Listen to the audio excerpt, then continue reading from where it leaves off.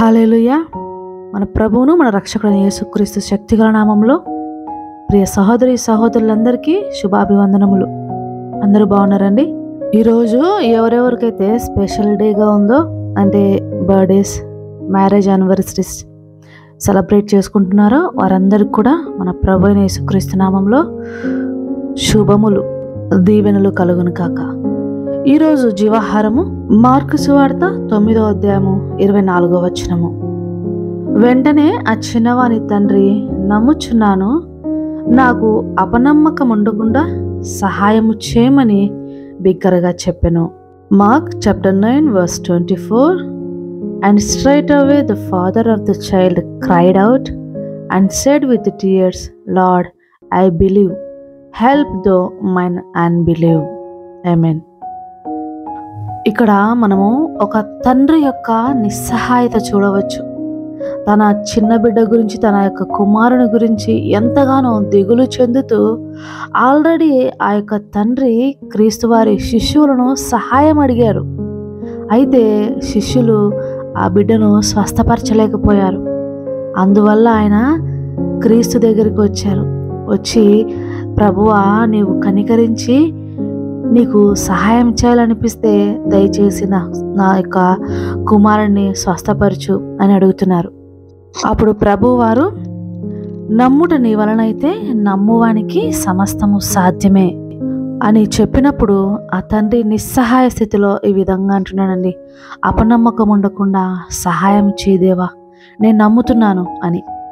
అప్పుడు దేవాది దేవుడు ఆ యొక్క మూగైన చెవిటి దయానికి ఆజ్ఞాపిస్తున్నారు, వాడిని వదిలిపోమ్మని, ఇక వానిలో ప్రవేశించవద్దని నీకు ఆజ్ఞాపించుచున్నానని చెప్పి ఆ అపవిత్రాత్మను గద్దించగానే అది కేక వేసి వాడిని విలవిలలాడించి చచ్చిన వాని వలె పడిపోయేటట్లుగా కింద పడవేసి వదిలి వెళ్ళిపోతుంది. అప్పుడు ప్రభు ఆ బిడ్డ చేయి పట్టి లేపగానే అతడు లేచి నిలవబడతాడు. అప్పుడు తన తండ్రికి అప్పచెప్పినప్పుడు అతను సంతోషంతో తీసుకొని వెళ్తారు. అయితే ఇక్కడ అపనమ్మకము ఉండకుండా నాకు సహాయం చే ప్రభువా అని ఒక నిస్సహాయ స్థితిలో అతన్ని తండ్రి అడిగినప్పుడు దేవాది దేవుడు సహాయం చేశారు. అపనమ్మకాన్ని తీసివేసి విశ్వాసాన్ని ఆ వ్యక్తిలో పెంపొందింపజేశాడు.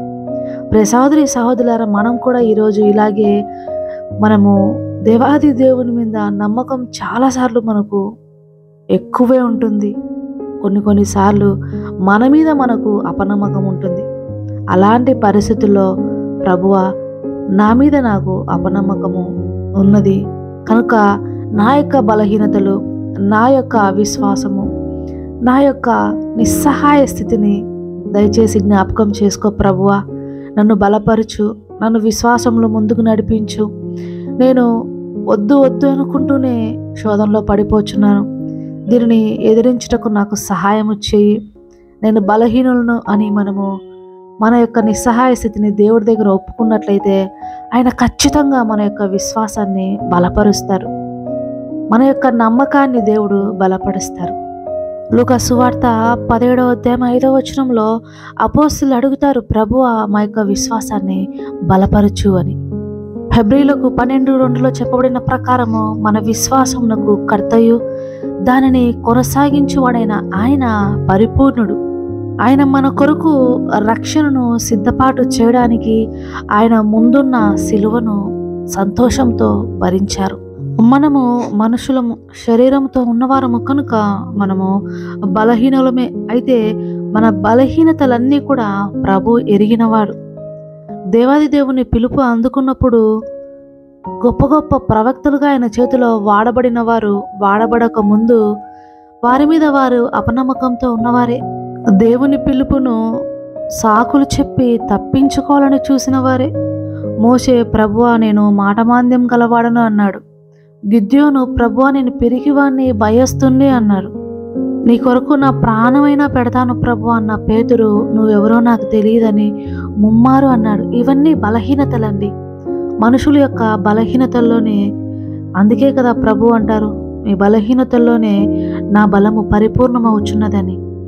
ఇది పౌలు యొక్క సాక్ష్యము.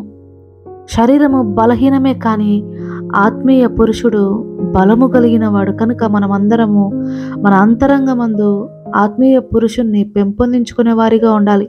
శోధనలో నిలకడగా ఉండునట్లుగా, పడిపోకుండా ఉండునట్లుగా, మన యొక్క విశ్వాసము రోజు రోజుకు ఆయనలో కొనసాగించినట్లుగా ప్రభువా నాకు సహాయం చేయండి తండ్రి అని ఆయన అడగాలి. మన ఆత్మీయ నేత్రములు తెరవమని అడగాలి.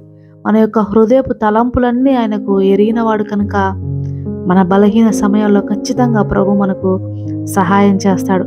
మీకు ప్రభువు సమీపంగా ఉన్నాడు. మీ బలహీనతలన్నీ ఆయనకు తెలుసు కనుక ఆయన మీకు విడుదల దయచేసి, స్వస్థత దయచేసి, శీఘ్రమే మీరు ఉన్నటువంటి ఆ యొక్క అధ్వాన స్థితి నుండి అంచెలంచెలుగా మిమ్మల్ని పైకి ఎదిగిస్తాడు.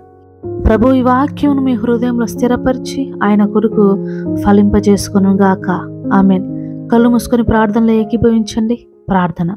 స్తుతి స్తుతి స్తోత్రం స్తోత్రం. మహోన్నతుడ, మహాగణుడ, గొప్ప దేవ, అయ్యా మా యొక్క అవిశ్వాసములన్నింటినీ, మా యొక్క హృదయంలో ఉన్న సందేహములన్నింటినీ మీ పాదాల దగ్గర పెడుతున్నాము తండ్రి. విశ్వాసంలో మమ్మల్ని ఎదిగించండి ప్రభు అంటూ మీ పాద సన్నిధిలో తండ్రి మోకరిల్లిన ప్రతి బిడ్డను పేరు పేరున జ్ఞాపకం చేసుకుంటూ మీ పాద సన్నిధికి సమర్పిస్తున్నాను. అయ్యా సహాయం చేయండి. అయ్యా మీ యొక్క శిష్యులు ఎల్లప్పుడూ మీతో ఉండి కూడా నాయన ప్రభు వారు విశ్వాసంలో వెనుకబడ్డారు. అప్పుడు మీరు ఇటువంటి కార్యాలు చేయాలంటే ఉపవాస ప్రార్థనతోనే సాధ్యమని సెలవిచ్చారు. ప్రభు ఉపవాసం ఉండి ప్రభు నీ సన్నిధిని ప్రభు మా యొక్క సందేహాలను ప్రభు మా యొక్క అవిశ్వాసాలను మీ పాదముల దగ్గర పెట్టి ప్రభువ వాటిని విశ్వాసముగాను బలముగాను తండ్రి మా యొక్క ధైర్యముగాను మార్చుకున్నట్టుకు సహాయము చేయండి ప్రభా. అప్పుల బాధలతో ఉన్న వారందరినీ విడిపించండి. వారి అప్పులన్నింటినీ కొట్టివేసి సమృద్ధిని దయచేయండి. మూయబడిన గర్భములను తెరవండి. ప్రయాణంలో క్షేమమును దయచేయండి తండ్రి. చదువులు ఎందు, విద్య ఎందు, బుద్ధి ఎందు, జ్ఞానం అందున బిడ్డలను ఎదిగింప చేయండి. జాబ్స్ లేక ఎదురు చూస్తున్న యవనస్తులకు జాబ్స్ దయచేయండి. బిజినెస్ ఆపర్చునిటీ దయచేయండి ప్రభువా. వృద్ధులను దీవించండి, ఆశీర్వదించండి. అనారోగ్యంగా ఉన్నవారిని ముట్టండి, స్వస్థపరచండి తండ్రి. కుటుంబ వ్యవస్థలను దీవించండి. భార్యాభర్తల మధ్య కలహములతో విడాకుల వరకు వెళ్తున్న వారిని తండ్రి జ్ఞాపకం చేసుకుని వారిని కలపండి. ప్రేమ ఐక్యతతో వారి కుటుంబాలను ప్రభువా నిలవబెట్టండి ప్రభువా. అయ్యా ప్రతి బిడ్డను పేరు పేరు మీ పాద సన్నిధిలో సమర్పించుకుంటూ అడిగినవన్నీ పొందుకున్నామని విశ్వసిస్తూ సమస్త స్తుతి మహిమ ఘనత మీకే చెల్లిస్తూ త్వరలో రాబోచున్న నా యేసు నామంలో అడిగి వేడుకుంటున్నాను పరమ తండ్రి. Amen. God bless you all. Have a good day.